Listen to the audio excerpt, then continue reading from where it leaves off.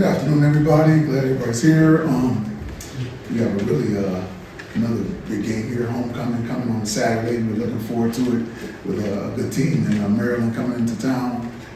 Looking forward to that. We have another excellent quarterback coming in here. Moves around in the pocket a lot, and it's going to be a challenge for us. We've been playing this guy now for 3 years. We know we need to do better as a coaching staff and as a team, and we've been addressing that throughout this week, and feel like we'll be able to go out and play a much better brand of football on Saturday. Our players and coaches have really been putting a lot of great work this week, just talking things through and getting things worked out to where we can go out and execute. The word I've been using this week, focused on, is discipline. If we're disciplined, we're going to give ourselves a chance to play a much better ball game on Saturday. Less penalties and substitution errors and things like that. We can't have those things, and we talked about that a lot. And so discipline is the key. Take questions. So here with Matt.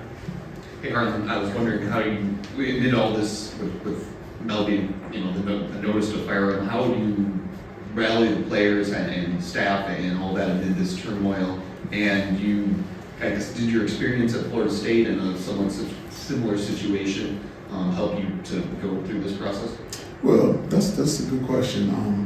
Funny you bring that up, Florida State, but I am actually still meeting with the players. Some players I'm in the 80s now, individually, so I met with them. Some guys yesterday who had a different experience from last week's guys that I met with, because now we had a game experience, and then the other things that are going on. But the person that actually told me one good idea was to meet with all the guys is my guy at Florida State that became the interim coach, Odell Higgins, and he's the one that actually said, man, I would suggest that you meet with all those players because it really helped me. He's at the staff as well. So, and I said, and it ended up being a really good idea by him, because you get a lot of insight from the players, one-on-one. They feel like they can share with you, and so it's been really good. How you doing? To say the situation you're in, the program is in, to say it's unique is an understatement. But I'm just curious, what can you share with us about being a head coach that no one would know, you would not have known until you got the head coaching position? Say it again. Rephrase that question. Yeah. What is it that you can tell us about being a head coach that nobody would know, no one would understand until you're actually in that position? I got you. Come and see you guys every weekend. Now everybody knows that. But there are things that you just don't anticipate. Like a position coach is just totally different. Obviously, you don't have to do these things like this and different, and then just the outside peripheral things that you do with the program, how you're going to run the team meeting, what you're going to do in the team meeting, how you're going to set that up and talk to the guys about it, or the whole entire team about what you have to say, the message you're trying to get across, things like that. So you just have a different mindset as opposed to being a position coach. I don't know if that truly answered your question, but a little bit. All right, thank you. Looking back at Saturday's game, when you go over the film of a game like that, where both sides of the ball had their issues, I guess, what did you take from that? Is it a moment where you kind of dig in on that film, throw it out, and how do the guys mentally put that aside as one game when you gave up 700 plus yards, when you didn't move the ball like you wanted to? We attack the details. So just an example, and I'll give examples in all areas. So if you talk offensively, a receiver supposed to run the route at 14 yards, he runs it at 12. You did it all week at 14, do it at 14, don't get in the game, you know what I mean? A defensive back plays a ball one way in practice, a deep ball, but in the game, he played it totally different, and we knew that was coming. We knew that was something that was going to happen. You get a guy on the punt team, don't take the proper steps, and you did it all week in practice. So we're focused on the details, the discipline of everything right now, and how do we get that accomplished in the game when the crowd is hollering 75,000? We had a great crowd out there on Saturday. How can you remain focused and disciplined to just do your job, just like you did in practice? So that's the focus. That's what we're trying to get done. In the mental aspect of trying to just shoving that away? Yeah, so we had to address the elephant in the room. We definitely addressed that. We got our butt kicked on Saturday. Okay, bam. Now, how do we improve from that and get better from that? It was one game. Coach Hazelton did a really good job with the defense. A unit meeting on yesterday. He had the GAs pull up some scores of NFL games over the last several years, where a team that actually won the Super Bowl or played in the Super Bowl gave up 41, the same number, right? Gave up 41 points throughout the regular season one game, came back the next week and got it right, and then went through the rest of the season, won the Super Bowl. He showed multiple examples of it. So I think that helped the guys as well, seeing that, like, wow, okay. We always talking about being a professional. All these guys want to play in the NFL. You got to be a professional about it. Okay, understand we got our butts kicked. How do we learn from it, get better from it, and improve from it? And then that's the focus now. Just the discipline of everything, of doing everything the right way. Hey, Harlon, back here on your right, in the background, Jennifer Heyman from Fox 2 in Detroit. And it's nice to see you. I understand that it sounds like you're saying, I mean, for most coaches, a loss can really recenter a team. How challenging is it, given all of the things that are going on the outside? And what is your message maybe to, I guess, Spartan faithful, to the team, to everyone that it's football still and things are going in the right direction? My message would be, first of all, we're 2-1. We have a winning record right now. We're starting with the beginning of the Big Ten season. We had a great representation last week of Spartan Nation here on the wall, all the way to this, to the game, to the stadium itself. I mean, it was awesome. The energy, everything. And I just hope that everybody come back this week with that same energy, that same passion, and we will bring it as much. We will bring it ourselves as a team, even more so. We have to bring more passion out from our end, and like I said, the discipline thing. So we want to bring the discipline and the passion and the energy, just like the fans. Let's do it all together. Let's do it all together. Work together, and let's cheer these young men on. We love Spartan Nation, and we know that we want to go out and give them what they want to see, and that's a hard-working team playing the right way, tough, physical, aggressive football. And that's what we know Michigan State football to be. So really would like everybody to come back out with that same energy. We're going to have the energy, and let's go beat Maryland. One little follow-up, if I may, to that.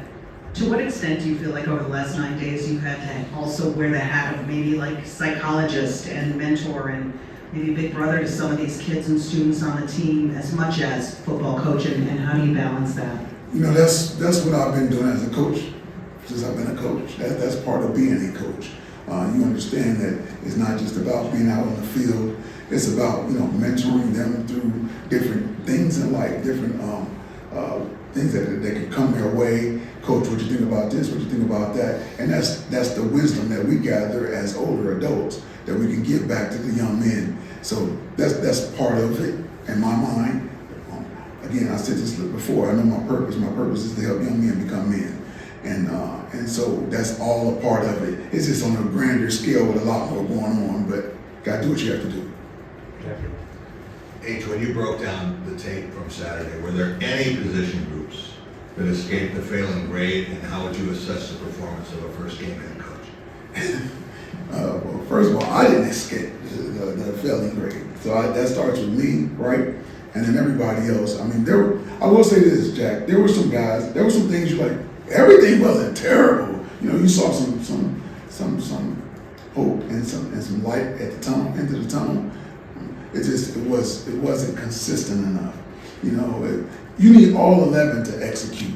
And I always say this: all 11 execute. You win that down, all right. You win that series. You win that quarter. You win that half. You win the game. If all 11 execute, you get all 11 that's on the field to execute, which is hard to do.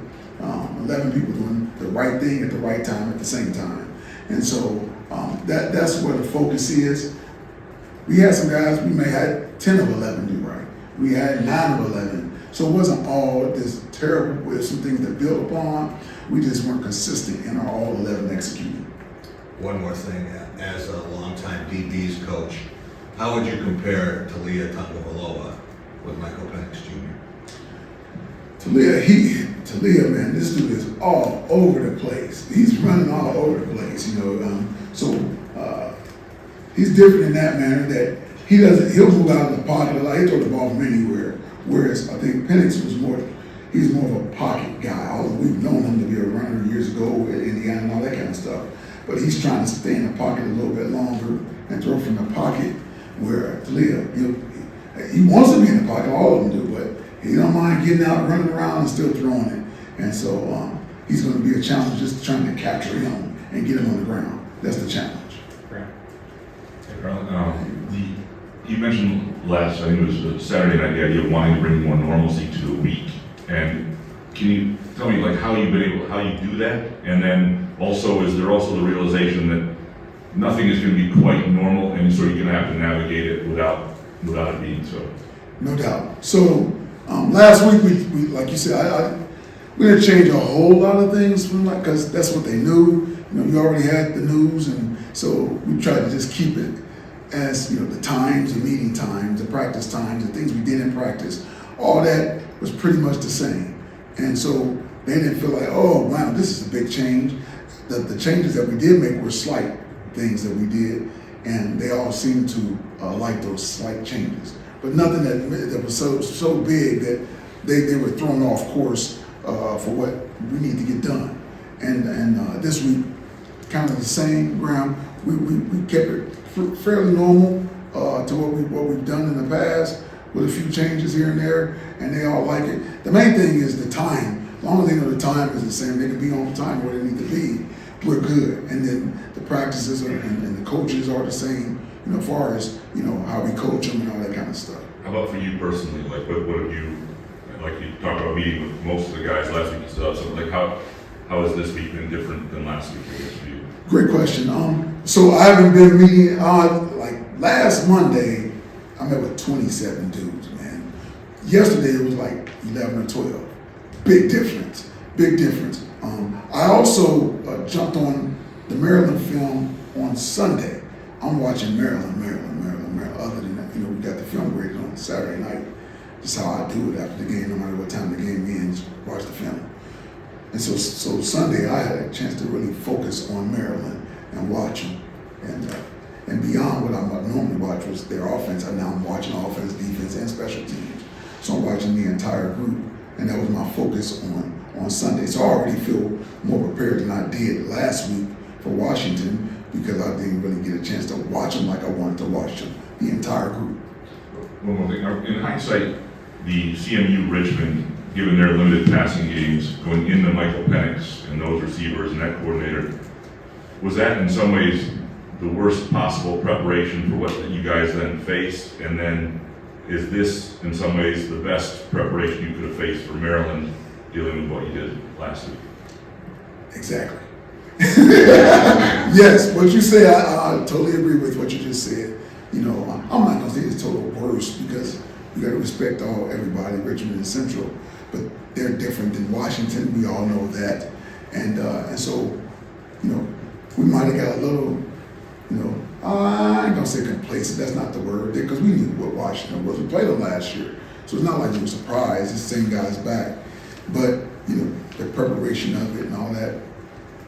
And how good those guys really are. Because we did have some guys that played in this year's game that didn't play in last year's game. Although we played them and they heard all the stuff about them and everything, but some of those guys didn't even play in the game last year.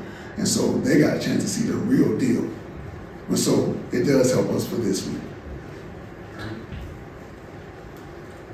I covered my first Michigan State game in 1960. So I've seen a lot of Michigan State. I ever recall seeing the stadium as empty as it was after halftime. How did you react to that, and what do you think? Well, we have to play better. We have to play better. We got to make them want to stay. You can't leave. You got to make them want to stay. That's Spartan Nation. So that is a goal by playing better football and being a better disciplined team and putting a better product on the field. So they'll come back. Spartan Nation is strong and resilient, and hopefully they'll come back this week and have that same energy at the beginning and all the way to the end this week. on Saturday after the game, and as you used the keep chopping mantra of it, like, how do you balance trying to kind of create the clean break that MSU probably wants in this situation versus also kind of trying to maintain some common thread between the two things? And I imagine it's a tricky balance. Yeah, you're right, because some of those things that we've had implemented are good things. They're good things for the guys, and that's what again, talking about some normalcy for the guys, you know. So, like you said, it's a tough balance, but you work it out and figure out when to say, how to say to the guys, and help them to perform at the highest level that they can perform. But again, some of those things were really good things I thought were good for the team and help us become a better team. And how do you also try to implement or put your own imprint on the team at the same time? Again, trying to maintain some of the previous stuff that right. I'll maybe in some sort of way just maybe focused on some of the other things. We talked about all the things that I'm even sharing, but even more so I'm talking about, you know, physicality, running through contact. We talked about all that stuff before, but that's where I'm coming from a lot, you know, because that's my personality, and I believe that if you have a really good football team, when you can be disciplined and physical, very, very physical, and I think that's intimidating. But you got to be disciplined and physical, smart as well. So those are some of those things that we're talking about to the guys that may have been said but not emphasized as much. So just like that. Harlon, yesterday Allen addressed the team, letting them know about his intentions of terminating Tucker's contract. So I'm just wondering, sort of, if you felt like it was appropriate timing for him to bring that up to the team, and then also just yet again their reaction to it all, because at the center of all this, it really does come down to the players and how they're handling things. Absolutely, Audrey. He hit me up the day before and said, "What I want to meet with the team," and he didn't say for what. And so I said, he said, "In the morning before practice or after practice?" I said, "After practice. Let's get through practice." And so he met with those guys at noon. And he met with the 10 assistants after them, and then he met with the support staff after that, and shared the news with us. You know, rather not for any news to come to the guys like that, but let's just get it out there and go. Let's get it out there and go. And so, and then the position coaches talk to the guys as well, talk with our guys and to see how they are, what they're thinking.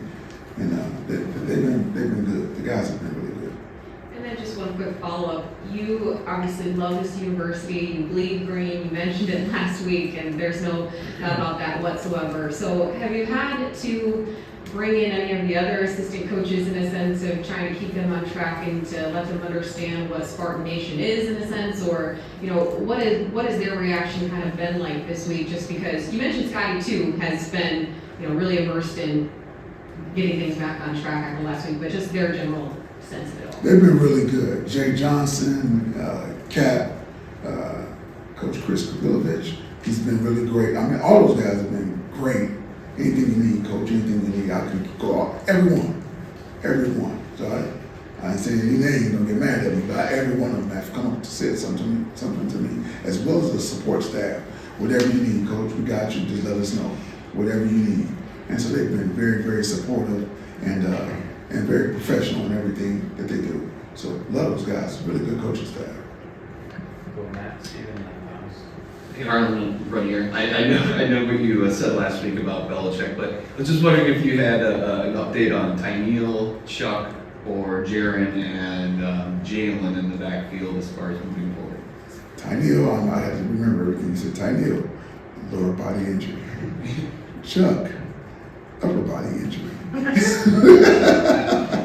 No, they'll be Tyneal. I can say this about Tyneal. Tyneal, you know, he had surgery.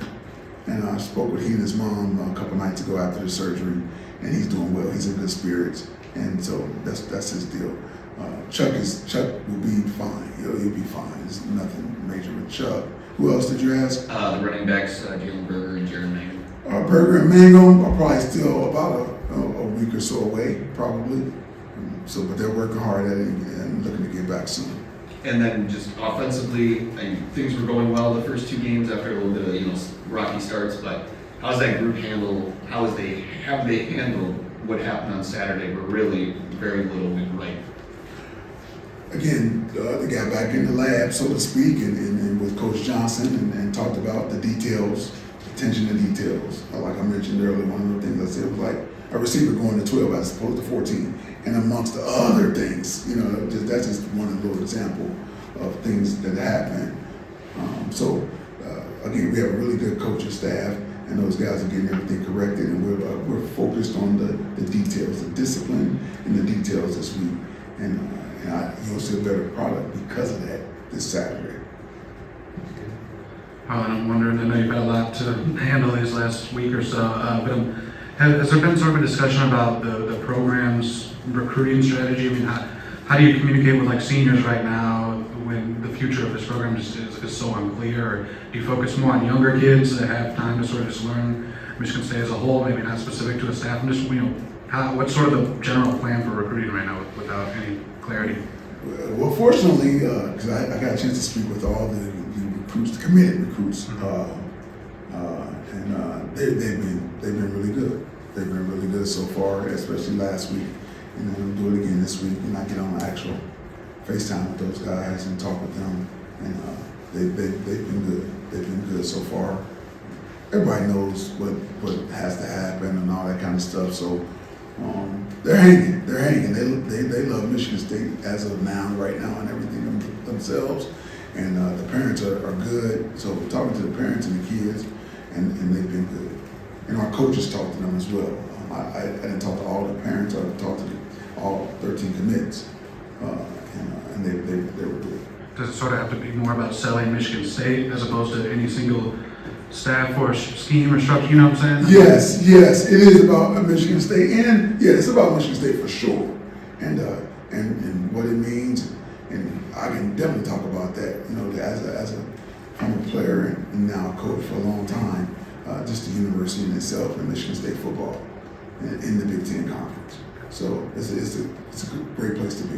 And one other thing, if I could, we talked about the quarterbacks and the differences. I'm wondering just how Maryland, their offensive scheme, will they try to test you guys some of the same ways? Are they more different than a week ago? Are there some similarities, or where maybe are there some similarities? They not as many chuck them down the field, but they'll throw down there. And they have some long receivers that can run and go get the ball. And like I said, he stays alive. He keeps things alive. So again, he's a capture guy. We always talk about is a quarterback a capture quarterback or a kill quarterback. He's a capture quarterback. We have to capture him and understand we have to stay on his left foot shoulder and not let him get outside the pocket, make him step up in the pocket, where we can have bodies around and get him down on the ground. Harlan in the back. With Coach Antonio back now for a full week, obviously didn't wear a headset on Saturday, but what is his role and how does that kind of change now does it change now that he's kind of been here for a week and a little bit more immersed? He's been a real great resource as an advisory role deal. He said because he's trying to absorb it and get it all in, the terminology and all that stuff, and so he's just watching, observing, and then he'll come and say something to me or to the staff even. This is what I see, because we all ask, because everybody want to absorb the wisdom that he has from being a head coach and a successful head coach at that. So he's being very observant, watching, saying what he sees, what we can do here or do there, and he's been good. He's been really good at that. Alan, Jennifer, one more time. Just to follow up to Audrey's question about Alan meeting with the team yesterday, what did you take from maybe what their spirits were, what the reaction was to that news? Is it something that maybe they can cut and move forward? Was it heavy? Can you just kind of surmise what the mood was in the room after that? So he met with them individually. He met with them himself when he met with the team. Then he came up and met with us. So I wasn't actually in there with them when he said it. You know what I mean?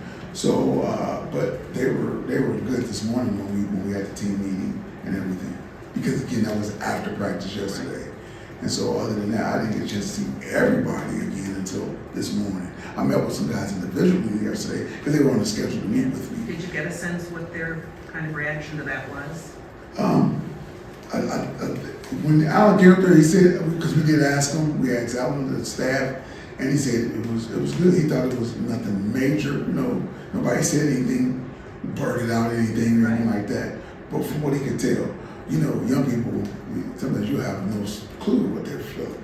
Anybody that has kids or had teenagers before, you're like, what does he think? I have no idea, right? So, but I think they were good.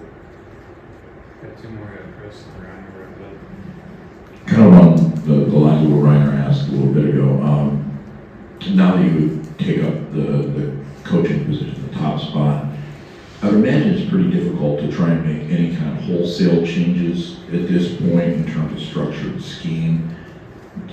Where are you at with that? Do you have to kind of go with what you install in the camp, or can you tinker and toy with that to your liking at this point? I see what you're saying. It would be, you're right. I mean, you went through spring ball. I think some of these guys years because they've been here with the same staff. But we have a good staff. We do it. We have a good scheme. We did some things different from this off season that we liked, that we've implemented. And so if there were anything that I would suggest or tinker with, it wouldn't be anything way out of structure from what we're doing. It'd just be a minor little deal, but it could be good. So we'll see. We'll see. But right for now, we're moving ahead with what we have and how we do it. Whether it's you, Gesset, or somebody else, how attractive do you think the Michigan State job is, especially in the new Big Ten with the 4 added teams next year? Extremely attractive. Of course, I'm going to say this, it's the best job in America. It's Michigan State in the Big Ten. Go green, go white all day. And so it's a fantastic place. It always has been. Since 1985, when I first came up here, I said this last week. So, great place, great job, great people. It really is. And, unfortunately, we had, some things where people look down a little bit on us, but Aiden is an awesome place. It is an awesome place. We're going to wrap it up with Jim. Hey, you mentioned Capilva a minute ago, and he's been supportive and so forth. When you talk with him about the running game, what are some of the things that he says need to be done, details-wise, to get next step?